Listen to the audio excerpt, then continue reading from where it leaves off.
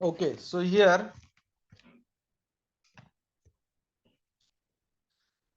Flow chart देखते हैं। Algorithm अभी हमने पार्ट 1 रिकॉर्डिंग में कंप्लीट किया था। पहली स्टेप है स्टार्ट।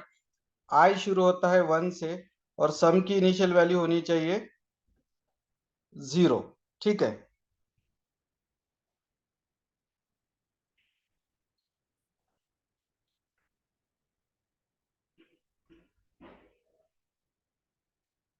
नाउ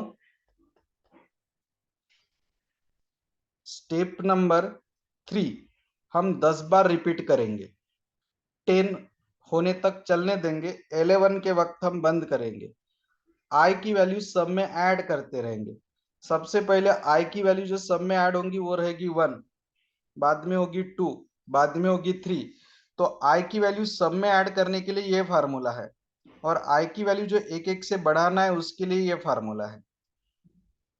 ठीक है। 11 के 10 तक ये ट्रू रहेगा, 11 के वक्त फॉल्स हो जाएगा। तो 11 के वक्त फॉल्स हो जाएगा तो हम तब रुक जाएंगे। ठीक है।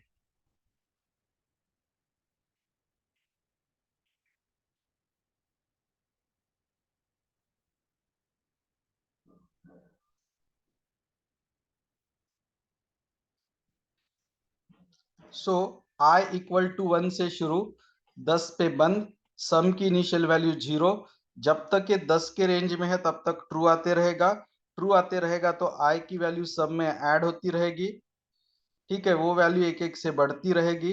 11 के वक्त तो फॉल्स हो जाएगा, तो हम लूप के बाहर जाएंगे। लूप के बाहर जाएंगे तो हम सम की वैल्यू डिस्प्ले करेंगे और बाद में स्टॉप। ठीक है।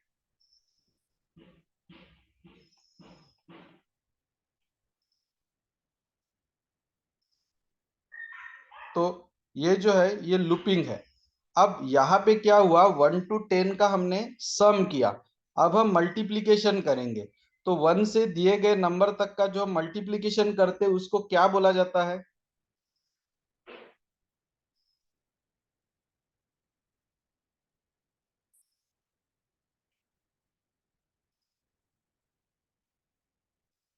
यस, उसको फैक्टोरियल बोलते हैं। सिर्फ मैं 1 to 10 तक का नहीं कर रहा हूँ, दिए गए नंबर तक का कर रहा हूँ। हो सकता है वो नंबर 4 भी रहे, 5 भी रहे, 10 भी रहे। यहाँ कैसे था, 1 से शुरू करो और 10 तक ही जाओ। यहाँ पे वैसे नहीं है। 1 से शुरू करो और आप जो नंबर है दो ना, वहां तक जाओ। ठीक है। आप जो नंबर दोगे वहां तक जाएगा। ठीक है। आपने 3 दिया तो 3 तक, आपने 4 दिया तो 4 तक, 5 दिया तो 5 तक। हम 5 पकड़ के चलते हैं। जैसे मैंने बोला ना, देखिए यहाँ पे भी नंबर 1 से शुरू करना है, लेकिन सम की इनिशियल वैल्यू 0। यहाँ पे थोड़ा अलग है। ये भले ही 1 से शुरू होगा, लेकिन फैक्टोरियल में मल्टीप्लिकेशन इन्वॉल्व है, तो इनिशियल वैल्यू 1 चाहिए, 0 नहीं। 1 चाहिए, 0 नहीं। सम में इनिशियल वैल्यू 0, फैक्टोरियल में मल्टीप्लाई इन्वॉल्व होता है तो इनिशियल वैल्यू 1। अब आपको क्या करना है, नंबर की वैल्यू इनपुट लेना है। यहाँ इनपुट इसलिए नहीं लेना था, यहाँ पहले से ही डिसाइड था कि 10 तक जाएंगे। यहाँ डिसाइडेड नहीं है, यहाँ हम जो नंबर देंगे ना वहां तक जाएंगे। तो आई जो है वो कहाँ से शुरू हुआ, 1 से। और हम रुकने कहाँ पे वाले हैं, हम रुकने वाले हैं नम पे। नंबर पे हम रुकने वाले हैं। ठीक है। तो नंबर की वैल्यू 5 मान के चलते हैं। तो स्टार्टिंग में आई रहेगा 1, तो ये हो गया मल्टीप्लाई बाय 1। एक से बढ़ने के बाद होगा मल्टीप्लाई बाय 2। एक से बढ़ने के बाद होगा मल्टीप्लाई बाय 3। एक से बढ़ने के बाद होगा मल्टीप्लाई बाय 4। एक से बढ़ने के बाद होगा मल्टीप्लाई बाय 5। तो ऐसे 5 बार मल्टीप्लाई होके 1 into 2 into 3 into 4 into 5 answer आएगा 120। फिर ये लूप हो जाएगा खत्म। लूप के बाहर आके 120 को डिस्प्ले करिए, स्टॉप कर दीजिए। फ्लो चार्ट में देखिए, आई 1 से शुरू हो रहा है। फैक्टोरियल में मल्टीप्लीकेशन इन्वॉल्व है तो उसकी इनिशियल वैल्यू हमने 1 रखी है। सम होता तो 0। नंबर की वैल्यू अगर इनपुट ली है 5, तो ये लूप ट्रू रहेगा 5 बार, छठी बार फॉल्स हो जाएगा। तो स्टार्टिंग में आई की वैल्यू रहेगी 1, तब ये होगा मल्टीप्लाई बाय 1, फिर multiply by 2, multiply by 3, multiply by 4, multiply by 5। वो आई बढ़ कैसे रहा, तो ड्यू टू दिस फार्मूला। एक तो वक्त आएगा कि वो 5 से 6 हो जाएगा, तो ये फॉल्स होके हम फैक्टोरियल को डिस्प्ले करके स्टॉप होंगे। ये डिस्प्ले स्टेटमेंट जो है ये लूप के बाहर है। Display statement is outside of the loop. Okay, तो यहाँ पे हमारा, अब देखिए यहाँ कुछ होमवर्क है आपके लिए। Swapping of two number without third variable. एक ट्रायंगल के 3 एंगल लेना है और डिसाइड करना है वो ट्रायंगल है या नहीं है। 7 का टेबल प्रिंट करना है। दिया गया नंबर प्राइम है कि नहीं है डिसाइड करना है। ग्रेटेस्ट कॉमन डिवाइजर करना है। तो ये होमवर्क आप ट्राई करिए। मैं मेरे तरफ से इसका वीडियो अपलोड करता हूँ, क्योंकि होमवर्क भी हम रिवीजन में नहीं कवर कर सकते, ठीक है। उतना समय हमें नहीं मिलेगा। आप देख सकते होंगे 50 मिनट में सिर्फ एक यूनिट का एक ही टॉपिक कंप्लीट हुआ है, दैट इज 1.1, ठीक है। So here topic 1.1 is over. 1 minute please.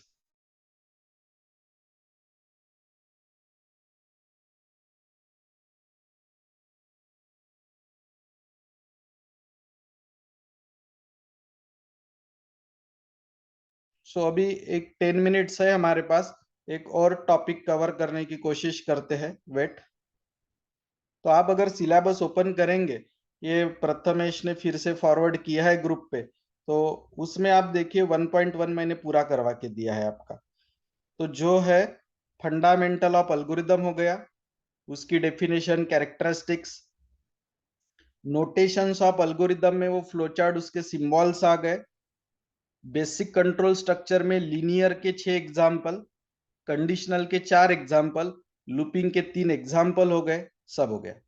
अब टॉपिक आता है 1.2, जिसमें सी लैंग्वेज का इंट्रोडक्शन है, सी लैंग्वेज के प्रोग्राम का स्ट्रक्चर है, हेडर फाइल है और मेन फंक्शन है। तो ये जो 10 मिनट है ना, इसमें मैं 1.2 को खत्म करता हूँ और फिर रुकते हैं। और फिर कोशिश, मतलब मैं प्रॉमिस नहीं कर सकता आज तो, लेकिन और एक सेशन इवनिंग में पॉसिबल रहा तो लेंगे।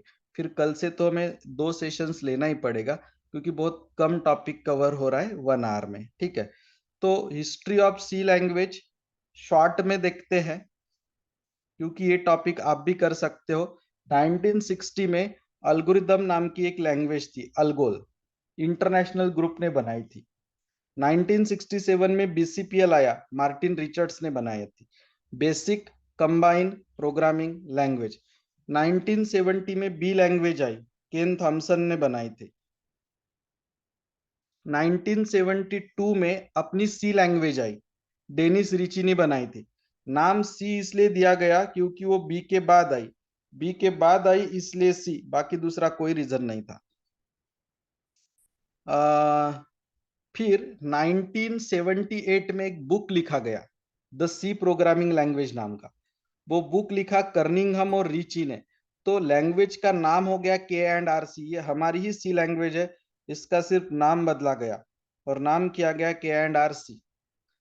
फिर 1989 में American National Standardization Institute ANSI ने सी लैंग्वेज को अप्रूव किया कि ये अच्छी लैंग्वेज है।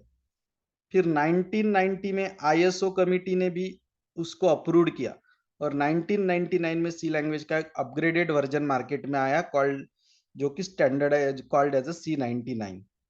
अब ये सी लैंग्वेज जो है ये बनाई गई थी बेल लैबोरेटरीज में। इसका नाम सी रखा गया था क्योंकि ये बी के बाद आई थी। ये लैंग्वेज के पहले जो लैंग्वेजेस थे वो थे अल्गोल, बीसीपीएल, बी और बाद में आई सी। ये डेनिस रिची ने बनाई थी 1972 में। 1978 में इसके ऊपर एक बुक लिखा गया, तब नाम कर दिया गया था K&RC, ठीक है। यूनिक्स नाम की एक बहुत पॉपुलर ऑपरेटिंग सिस्टम है जिसका लोगो है पेंगुइन का सिंबल, वो ऑपरेटिंग सिस्टम सी लैंग्वेज में बिल्ड की गई थी, ठीक है। शुरुआत में सी लैंग्वेज सिर्फ एकेडमिक्स एनवायरनमेंट में यूज होती थी, बाद में प्रोफेशनल लोग भी उसको यूज करने लगे। तो यह है हिस्ट्री। सी लैंग्वेज के कुछ कैरेक्टरिस्टिक्स है, फीचर्स है। पहला फीचर है कि सी एक रोबस्ट लैंग्वेज है। रोबस्ट यानी रफ एंड टफ, अच्छे क्वालिटी की लैंग्वेज है। हाईली पोर्टेबल का मतलब है सी लैंग्वेज का प्रोग्राम दुनिया के किसी भी मशीन पे रन होता है। सेम प्रोग्राम मेरे कंप्यूटर पे रन होगा, सेम आपके भी रन हो सकता है, कोई बदलने की जरूरत नहीं है। Program written in C language is efficient and fast. C language में लिखा गया प्रोग्राम इफिशियंट और फास्ट रन होता है। सी एक मॉड्यूलर लैंग्वेज है, यानी बड़े प्रोग्राम को छोटे छोटे प्रोग्राम में हम डिवाइड करते हैं, जिससे प्रोग्राम का डिबग करना, डिबग यानी एरर निकालना, टेस्ट करना, मेंटेनेंस और रिपेयर करना, ये सब चीजें आसान हो जाती हैं। सी लैंग्वेज एक स्ट्रक्चर्ड प्रोग्रामिंग लैंग्वेज मानी जाती है, अच्छी लैंग्वेज है ये। सी प्रोग्राम एक्सटेंसिबल होता है का मतलब है सी लैंग्वेज के प्रोग्राम में नए नए चीजें आप ऐड कर सकते हो।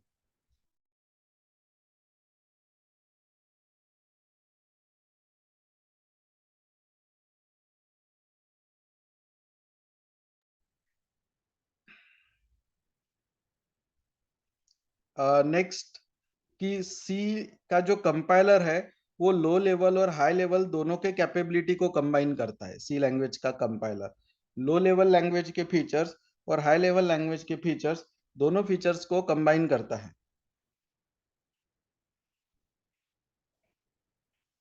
सी लैंग्वेज में सिर्फ 32 कीवर्ड है, जो ध्यान रखना बहुत आसान है। ठीक है। सी लैंग्वेज में बहुत सारे बिल्ट इन फंक्शंस है, आपको एग्जांपल बताता हूँ, print f, scan f, CLR, SCR, get CH, get S, put S, जिससे आपका काम आसान होता है। आप आपके ओन फंक्शंस भी ऐड कर सकते हो इसमें। You can add your own functions.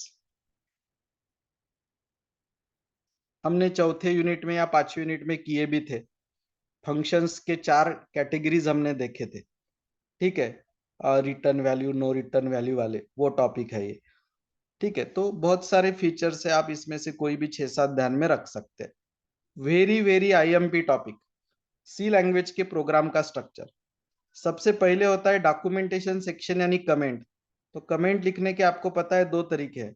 एक तरीका है ये स्लैश और स्टार वाला, और दूसरा तरीका है डबल स्लैश वाला।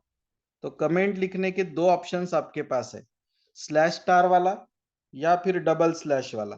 ठीक है। So you can write down the comment. Link section आणि हेडर फाईल पहा, डॉक्युमेंटेशन सेक्शन म्हणजे तो स्लॅश स्टार किंवा डबल स्लॅश देतो ना आपण कमेंट, तो सिम्बॉल। लिंक सेक्शन म्हणजे hash include, stdio.h, conio.h, that वाला। डेफिनेशन सेक्शन यानी अगर आपको पाई डिक्लेयर करना रहा तो हम लिखते हैं ना, हैश डिफाइन पाई 3.14, ये वाला हैज डिफाइन पाई 3.14, ऐसा जो लिखते हैं ना, that is called as a definition section. Global declaration section, आपको पता है जनरली हम वेरिएबल्स क्या करते हैं, मेन फंक्शन के अंदर लेते हैं। जनरली हम वेरिएबल्स मेन फंक्शन के अंदर लेते हैं। ठीक है। लेकिन वेरिएबल्स अगर आपने मेन फंक्शन के बाहर लिखे, वॉइड मेन सुरू व्हायच्या आधी जर तुम्ही व्हेरिएबल्स लिहिले, तर त्याला म्हणतात ग्लोबल डिक्लेरेशन सेक्शन। मग असतो आपला मेन फंक्शन, वॉइड मेन जो आपण लिहितो तो, आणि मग असते आपले सब प्रोग्राम, हे ते सब प्रोग्राम आहे, ते return value, no return value वाले वगैरे। जर शॉर्ट मध्ये याला इथे लिहितो म्हटलं आपण, तर हे असं आहे। इथे सगळ्यात पहिले कमेंट, हे स्लॅश स्टार वालं, एक तर हा ऑप्शन आहे किंवा हा ऑप्शन आहे। ठीक आहे। दुसरं असते हेडर फाईल, लिंक सेक्शन म्हणजे हॅश इन्क्लूड stdio.h, conio.h, हे सगळं बरोबर आहे। डेफिनेशन सेक्शन मध्ये हॅश डिफाइन आय 3.14 हे वाला। ग्लोबल डिक्लेरेशन सेक्शन मध्ये एखादा व्हेरिएबल तुम्ही जर बाहेर डिक्लेअर केला, ठीक आहे, तर तो झाला ग्लोबल डिक्लेरेशन सेक्शन। मग असते तुमचं वॉइड मेन। वॉइड मेन मध्ये सीएलआर एससीआर च्या वर आपण जे लिहितो त्याला म्हणतात डिक्लेरेटिव्ह सेक्शन, आणि सीएलआर एससीआर झालं की त्याच्या खालचा जो पार्ट राहतो त्याला म्हणतात एक्झिक्युटेबल सेक्शन। नंतर हे मेन फंक्शन होते and.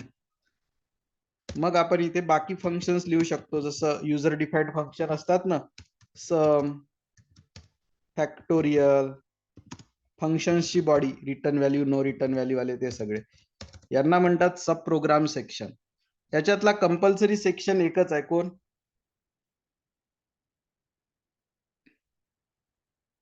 Which is the only compulsory section?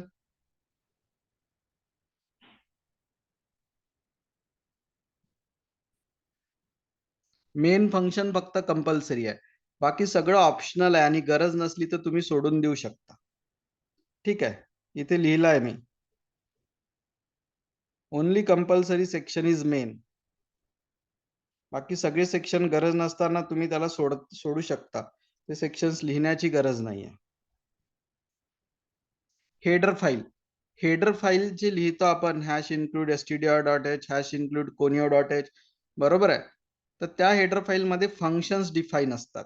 Functions जसं stdio.h मध्ये हे एवढे फंक्शन्स डिफाईन आहे.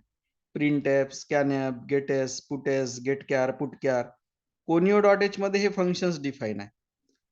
ही हेडर फाईल इन्क्लूड केली तर हे फंक्शन्स वापरता येतात. ही हेडर फाईल इन्क्लूड केली तर हे फंक्शन्स वापरता येतात. असं. अजून या हेडर फाईल मध्ये मॅक्रोज असतात. मॅक्रोज म्हणजे छोटे छोटे कीवर्ड्स पण असतात. So header file is a combination of two thing, functions and macros. हे फंक्शन्स हे आणि छोटे छोटे कीवर्ड म्हणजे मॅक्रोज. तर जे तुम्हाला या फंक्शन्सची गरज असेल तर याला इन्क्लूड करा, या फंक्शनची गरज असेल तर याला इन्क्लूड करा, अँड सो ऑन. सी लँग्वेजच्या प्रोग्राममध्ये एकच सेक्शन कंपल्सरी असतो, तो म्हणजे मेन सेक्शन. तुम्ही मेन सेक्शन मध्ये जे व्हेरिएबल डिक्लेअर करताना एबीसीडी त्याला म्हणतो आपण डिक्लेरेटिव्ह पार्ट. नंतर इनपुट आउटपुट फॉर्म्युला जे करतात त्याला म्हणतात एक्झिक्युटेबल पार्ट. मेन फंक्शन हा कर्ली ब्रॅकेट मध्ये लिहिला जातो. ठीक आहे, इथे आपला टॉपिक कंप्लीट होत आहे 1.2. बघा तुम्ही सिलेबस पोस्ट केलाय ग्रुपवर.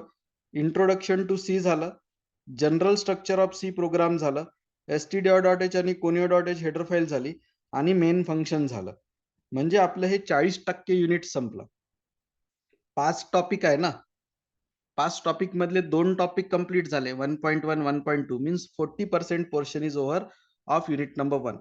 सो revision will matter for you. हाँ, फास्ट रहेगी रिवीजन, लेकिन आपका टॉपिक्स कवर होते जाएंगे. जो नहीं समझा उसको मुझे रोक के पूछे, उसको मैं डिटेल में एक्सप्लेन करूंगा आपको. ठीक है, so here we will stop. Stay tune. हम कोशिश करते हैं कि कल से 2 सेशंस ले. ठीक है.